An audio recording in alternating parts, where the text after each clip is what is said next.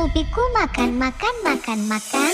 Makan, makan, makan, makan, makan, makan, makan. Makan, makan. Rebus brokoli dalam panci, dan dalam sekejap menjadi hidangan yang lezat.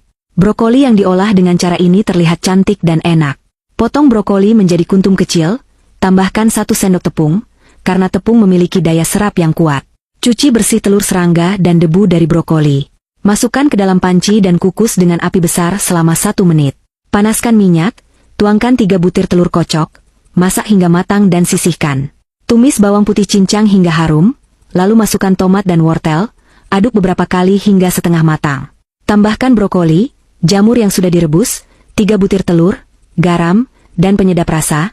Terakhir tambahkan sedikit kecap asin dan saus tiram, aduk rata dengan api besar. Lain kali saat Anda membeli, lakukan seperti saya, bergizi dan enak.